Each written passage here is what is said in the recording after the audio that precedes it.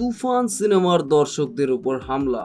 রাজধানীর মধুমিতা সিনেমা হলে শাকিব খান অভিনীত তুফান সিনেমা দেখতে গিয়ে হামলার শিকার হয়েছেন দর্শক। শুধু দর্শকই নয়, আতর্কিত হামলার শিকার হন সংবাদ সংগ্রহের কাজে নিয়োজিত সংবাদকর্মীও। মঙ্গলবার 18 জুন আনুমানিক সন্ধ্যা 6টায় রাজধানীর মতিঝিলের মধুমিতা হলে এ হামলার ঘটনা ঘটে। হামলার প্রতিবাদে সিনেমা হল ভাঙচুর করেন বিক্ষুব্ধ দর্শক। টিকিট না পাওয়ায় এমন অনাকাঙ্ক্ষিত পরিবেশ তৈরি হয় মধুমিতা সিনেমা হলে। দর্শকদের অভিযোগ, রায়হান রাফি পরিচালিত ও শাকিব খান অভিনীত তুফান সিনেমার একটি টিকিট পাওয়ার জন্য প্রায় 3 ঘন্টা লাইনে দাঁড়িয়েছিলেন তারা, অথচ হল কর্তৃপক্ষ জানায় টিকিট নেই। এদিকে নির্ধারিত দামে টিকিট বিক্রি না করে হলের বাইরে অতিরিক্ত দামে অবৈধভাবে টিকিট বিক্রি চলছিল। হল কর্তৃপক্ষের যোগসাযোগে ব্ল্যাক টিকিট বিক্রি হওয়ায় দর্শক ক্ষোভ প্রকাশ করলে ব্ল্যাকের টিকিট বিক্রেতারা লাঠি নিয়ে দর্শকদের উপর তেড়ে আসেন। ঘণ্টাখানেক চলে ধাওয়া পাল্টা ধাওয়া। উত্তেজিত দর্শক ও সিনেমার পোস্টার বোর্ড, সিনেমা হলের দরজা জানলা ভাঙচুর শুরু করেন। পরিস্থিতি নিয়ন্ত্রণের বাইরে চলে গেলে ঘটনাস্থলে পুলিশ পৌঁছায়, 2 কালোবাজারিকে